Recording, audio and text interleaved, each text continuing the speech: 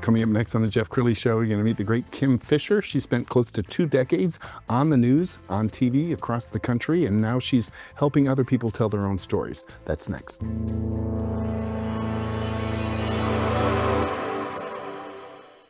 Many are predicting that the worst is yet to come, which is unfortunate, said one person here. Until now, they've enjoyed the reputation of being the nation's icebox. Watched a burglar in his home this morning by webcam. As a journalist of over 25 years, stories are what make my world turn. Reporting live from the Dallas newsroom tonight, Jeff Crilley, Fox 4 News. But in 2008, I took the jump from my familiar life and started a PR firm from my home. We're talking about anyone with a camcorder like the one I'm using becomes a television network. We started slowly growing the company, and we now have over 100 clients, and we've branched into the world of live digital broadcasting. I now own 8 different TV studios and have a huge team, and the stories that I now get to share are sometimes the most important of my life. Life has a funny way of coming around full circle. This is the Jeff Crilley Show.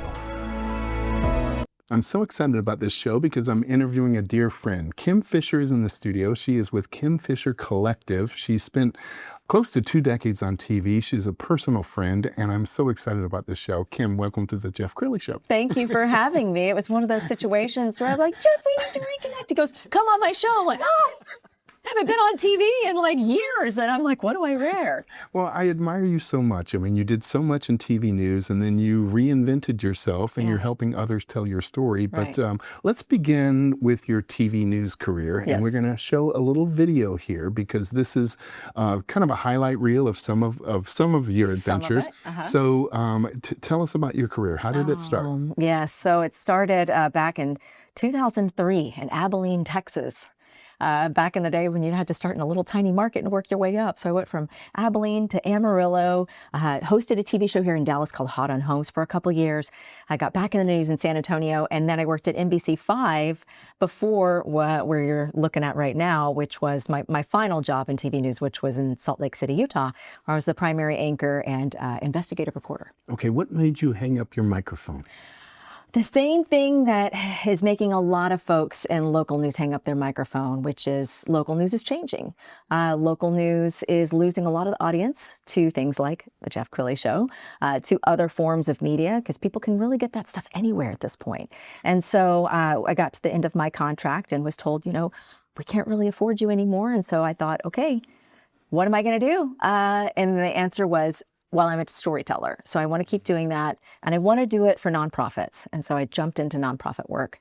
Outstanding. Yeah. So tell us how you, we're going to pull up your website, and as we scroll down the website, tell us how you engage your clients. What did they hire you to do? Yeah, so over the past almost 8 years, I have been working in communications, started in PR, worked my way up to running an entire marketing team, and so through that time, I saw a commonality with everyone that I worked with, which was, if something wasn't resonating, if something wasn't selling, you could usually point back to the top and realize that there was a misalignment. If it was a leadership team, or maybe it was a founder that didn't quite know, their message yet. They were still trying to test things out. And if you are not fully understanding of and saying your message authentically, people can sense that. And so what I started to do for my clients is I'll sit down and really understand where are you at with your business, what's happening, and then you can really start to pinpoint where things are misaligned, and then I go from there. Well, I think that's so needed because there are many people, as I'm preparing for my show, I go on their website, I read through the whole thing, I don't know what they do. Yes, that's it. Or it's either you don't know what they're doing, or you recognize that it is so much jargon that's supposed to sound impressive, but you're just like, what are you trying to say? Right. That is a huge thing that I do. All right, do you coach CEOs on better communication skills? Yeah, it's actually one of those things that's in my back pocket. After doing this for 16 years, it's kind of a second nature for me. So a lot of times these folks are wanting to become thought leaders in their space. That's where we are. That's the way things work. And so, I'd really try to understand, what is it that you want to do? Do you want to do public speaking? Do you want to do the media? Do you want to start your own podcast, social media?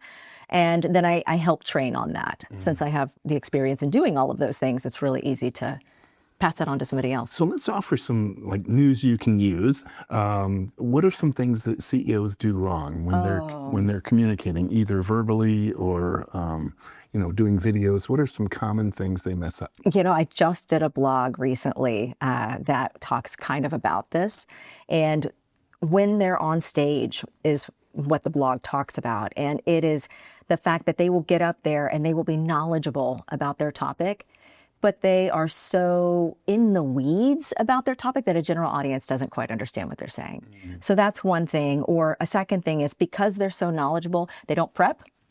And they get up on the stage and then they're, and then they start, nerding out about a bird on a branch for a minute and everybody in the audience is going, So it's either that and they're full of this confidence that's really kind of misplaced, or, they don't have exactly the experience, but they're tapping into an authenticity and a passion.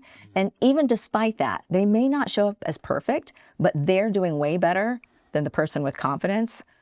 I love it. Well, I think everybody needs polish. I mean, if you think about attorneys these days, I wish in law school they would teach them theater, because the only thing the jury knows is what they saw on LA Law or All the President's Men or something like that. So teaching them to give a theatrical closing argument would do well. I think the same thing for CEOs. Many CEOs are like, I'll just wing it.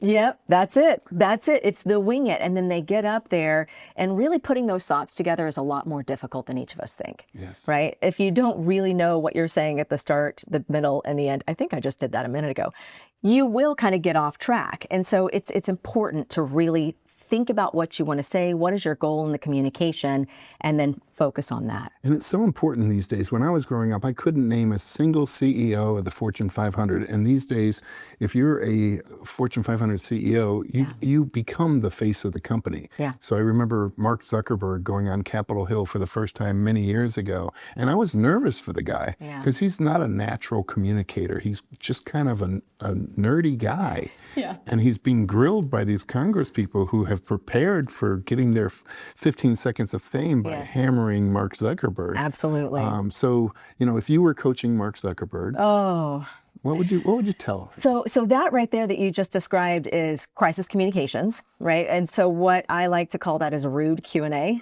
It's if you're getting peppered with hard questions, you want to prepare for the absolute worst. And so what I do with CEOs is let's think of the worst possible thing that could happen, right?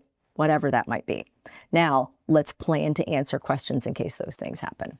And so it's like you get on a whiteboard and you throw down all the bad things, and then you figure out how to answer those questions. And if you can't, well, then that's actually something that we need to really dig on, because I will never sit with a CEO and say, we'll just, create some spin. Absolutely not. That's not doing anybody a service, and that's definitely not me doing a service for that CEO. What we will do is actually try to figure out the answer so that we have something positive going forward and they feel confident in what they're saying. And they probably need to bring you in earlier rather than later. I mean, how many times have you gotten a phone call saying, I should have called you a couple of weeks ago because Channel 8 is doing an investigation on me? Yes. Or we get to, the strategy is complete and it's handed, to the comms person, and you just go, this is not going to work, and here are all the reasons why. And, if you just bring your comms person in at the very beginning, whether that's somebody that's on staff, whether that's somebody that you hire, and you say, this is the strategy that we're looking at doing. And even if the comms person is just a fly on the wall, being able to listen in and understand the direction, you can really kind of pick out those areas where things could go awry. Yes. And that's the most important part, is to really understand, okay, you're building out this strategy. How does it align to your mission and your goal? And where are ways that things could go off track that we need to be prepared for, and, either eliminate that thing or have an answer for it. And thinking on your feet. I mean, all your years of TV news, how many times did the prompter go out, or it's breaking news, there is no prompter. There is no prompter, yeah. And you have to ad lib. And just having that ability, in TV news, they call it tap dancing. Yes. I always say that to people. I can tap dance for you. That's not a problem, but I don't think it's the best entertainment, But CEOs probably need to learn how to tap dance. Right, because you hit that point when you're having to tap dance in the beginning of your career. It's not very pretty, because you start to get flush, right? And you start to sweat. And you're like, you hit that moment where you can't think of something and it feels like an eternity Yes. and it's only like 2 seconds. Yeah, I mean, that happens to every human being. What that is, I'm going to take you into some neuroscience real quick. What that is it's your amygdala trying to protect you. Because, way back when we were cavemen and women, the way that things would work is, when you were in a crowd or a group of people, you didn't really want to stand out. Because if you stood out, especially in a negative way, that could mean you were going to die. And so your brain still thinks that's the way it is. And so your amygdala goes, oh my gosh, don't do anything stupid, you could die. Obviously, we're not going to do that anymore. We see stuff on social media all the time of people doing stupid stuff. They're fine. Well, unless they did something not smart in that way. But anyway, that's your brain trying to help you and shut you down. What you have to do is be prepared enough and understand what it is. It's your brain, and say, thank you, my brain. I'm not going to die. And kind of push out that nervousness. But the only way to do that is through repetition and comfortability.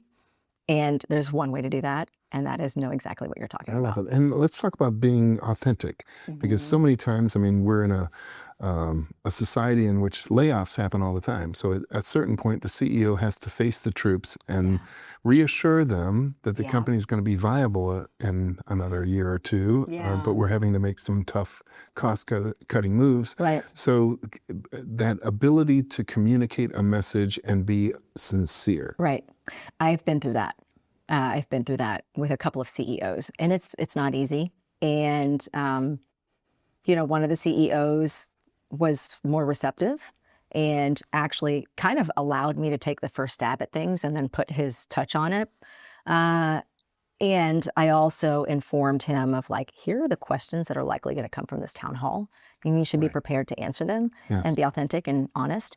And it truly was a different experience than the other CEO who tried to kind of make it more flowery than it was kind of I don't know, going about the laying off in a bad way, just kind of calling people in without them having any prior knowledge that it was even coming. You don't want to do that because you want to make sure that your employees feel safe and comfortable, even in a moment when they're not necessarily.